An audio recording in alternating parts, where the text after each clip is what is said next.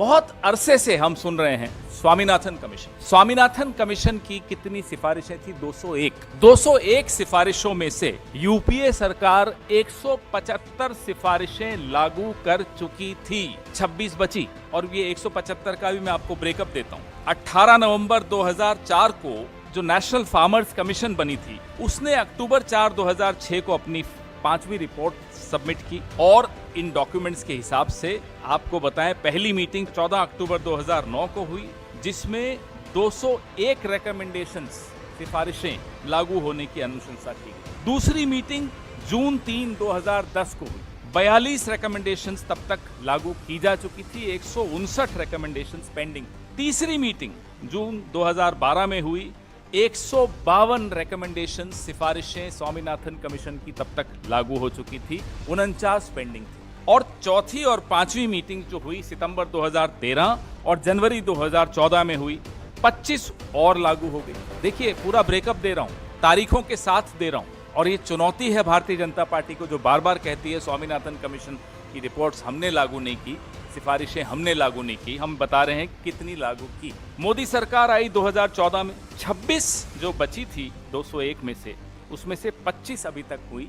जो सबसे महत्वपूर्ण थी, उसका कल माननीय मल्लिकार्जुन खड़गे साहब ने और माननीय राहुल गांधी जी ने कल घोषणा कर दी। मैं अभी एक वीडियो मेरे साथियों को कहूंगा आपको एक बार दिखाएं, ज्यादा पुराना वीडियो नहीं है, जरा आप वीडियो चलाइए। किसान को जो इनपुट कॉस्ट आता है, पानी का खर्चा, मजदूरी का खर्चा, बिजली का खर्चा, बीज का खर्चा, खाद का खर्चा, दवाई का खर्चा, जितना भी उसकी लागत होती है, उस लागत के ऊपर उसका 50% प्रॉफिट लिया जाएगा और उसको मिनिमम सपोर्ट प्राइस से खरीदा जाएगा।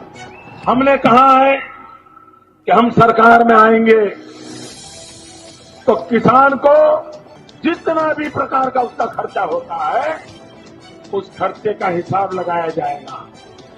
उसके ऊपर 50% मुनाफा जोड़ दिया जाएगा और जो बनेगा वो सपोर्ट प्राइस होगी। ये जो मैंने आपको वीडियो दिखाया है, ये 2014 का, इनके राज्य का, हरियाणा के में जब वो प्रचार करने गए थे लोकसभा के लिए, प्रधानमंत्री बनने के लिए जब प्रयासरत थे, तब का ये वीडियो है। तब क्या मधुर और प्रखर आवाज में एमएसपी, इनपुट कॉस्ट प्लस 50% के वादे करके आपके सामने ये आए, प्रधानमंत्री बने। और उसके बाद क्या हुआ? पहला यू टर्न सुप्रीम कोर्ट में दाखिल एक हलफनामे के माध्यम से आता है, जिसमें वो कहते हैं कि नहीं साहब, हम एमएसपी इस तरह का नहीं दे सकते जिसमें इनपुट कॉस्ट प्लस 50%। साफ जिसको कहते हैं मना कर दिया। या तो ये जब स्क्रीन पे आपने जिस व्यक्ति को इतना ऊंची आवाज में चिल्लाते हुए देखा, या तो वो तब झूठ बोल रहा था, या वो आज अपना वादा तोड़ रहा। ना केवल वादा तोड़ रहा, वादा तोड़ने के साथ साथ किसानों के रास्ते पर कील बिछाना, किसानों को खालिस्तानी बोलना, उपद्रवी बोलना, सोरोस का एजेंट बोलना। एक के बाद एक आप किसानों को गाली दिलवा रहे हो। अपने पूरी आपकी ट्रोल आर्मी जो सोशल मीडिया पर बैठी है, सुबह से शाम तक पता नहीं आप कितना करोड़ों रुपए उन पर खर्च करते हो, उनसे आप किसानों को गाली दिलवा